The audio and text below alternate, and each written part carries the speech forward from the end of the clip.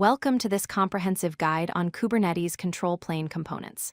Think of the control plane as the brain of Kubernetes. Just like your brain controls and coordinates everything in your body, the control plane manages and orchestrates everything happening in your Kubernetes cluster. In this video, we'll explore the 4 essential components that make up this brain: the API server, the scheduler, the controller-manager, and etc. By understanding how these components work together, you'll gain insight into how Kubernetes maintains the desired state of your applications and infrastructure. Let's dive in and demystify the control plane. So, what exactly is the control plane? The control plane is the decision-making center that manages your entire Kubernetes cluster and maintains its desired state. Its primary role is to make global decisions about the cluster, detect and respond to cluster events, and orchestrate workloads across multiple machines.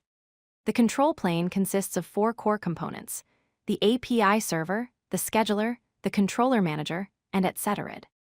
These components work together seamlessly to ensure your applications run smoothly and reliably. Without the control plane, Kubernetes would have no way to know what applications to run, where to run them, or how to respond when things go wrong.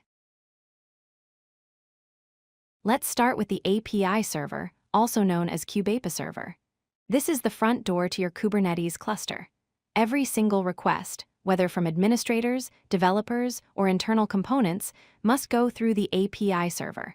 It acts as the central hub for all cluster operations. The API server has 3 critical responsibilities. First, it handles authentication and authorization, validating every request and enforcing role-based access control policies to ensure secure cluster access.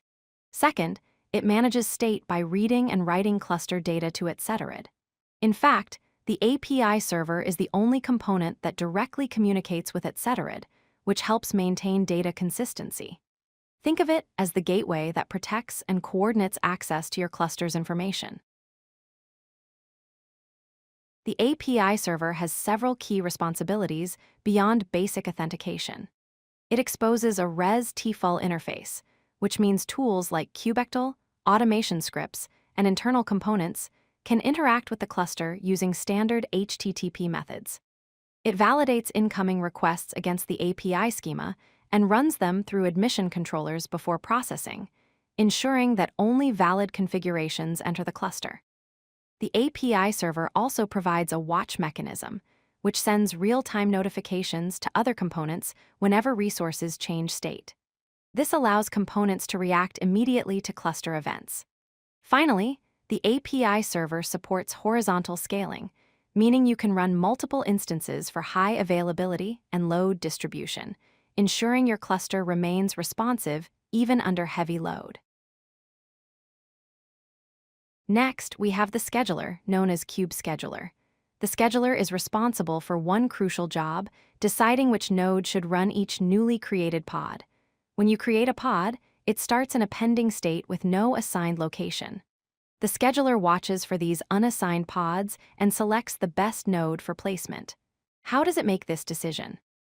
The scheduler considers many factors: resource requirements like CPU and memory, hardware constraints such as the need for GPUs, affinity rules that specify which pods should run together, and node capacity. The scheduler uses a sophisticated algorithm with 2 main phases. First, it filters out nodes that don't meet the requirements. Then, it scores the remaining nodes and ranks them based on how well they fit the pod's needs. The node with the highest score wins, and the pod gets scheduled there. The controller-manager, or kube-controller-manager, is responsible for maintaining your cluster's desired state through continuous reconciliation. It runs multiple controllers, each focused on managing specific resource types. These controllers work in control loops, constantly monitoring the cluster state and comparing it with the desired state you've defined. Each controller manages different aspects of the cluster. For example, the node controller monitors node health, the deployment controller ensures the right number of pod replicas are running, and the service controller manages network endpoints. The controller manager is what gives Kubernetes its self-healing capabilities. When it detects failures or deviations from the desired state, it automatically takes corrective actions to restore everything back to normal, keeping your applications running without manual intervention. Finally, we have Etcetera, the cluster database. Etcetera is a distributed key-value store that holds all cluster data. This includes configuration, state information, and metadata about every object in your cluster. Etcetera acts as the single source of truth for Kubernetes. If you lose Etcetera, you lose your entire cluster state, which is why it's one of the most critical components to protect and back up regularly. Etcetera uses the Raft consensus algorithm to maintain consistency across multiple instances, ensuring that even if some instances fail, your data remains safe and accessible. For high availability in production environments, you typically run Etcetera as a cluster with multiple nodes. A 3-node Etcetera cluster can tolerate 1 failure, while a 5-node cluster can tolerate 2 failures. Remember, only the API server communicates directly with Etcetera, which helps maintain data integrity and security. Now let's see how all these components work together in harmony. The workflow starts when a user sends a request through kube-controller to the API server. The API server authenticates and validates this request, ensuring it's legitimate and properly formatted. Once validated, the API server writes the desired state to Etcetera and notifies other components through its watch mechanism. The scheduler, which is watching for unassigned pods, detects them and evaluates all available nodes. It then selects the optimal node based on resource availability, constraints, and scheduling policies.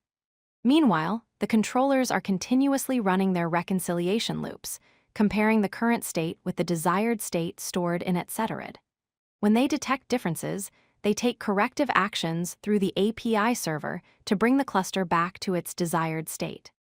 This continuous cycle of watching, scheduling, and reconciling ensures your cluster remains healthy, efficient, and aligned with your requirements.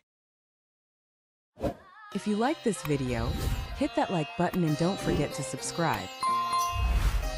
Visit codelucky.com for more such useful content.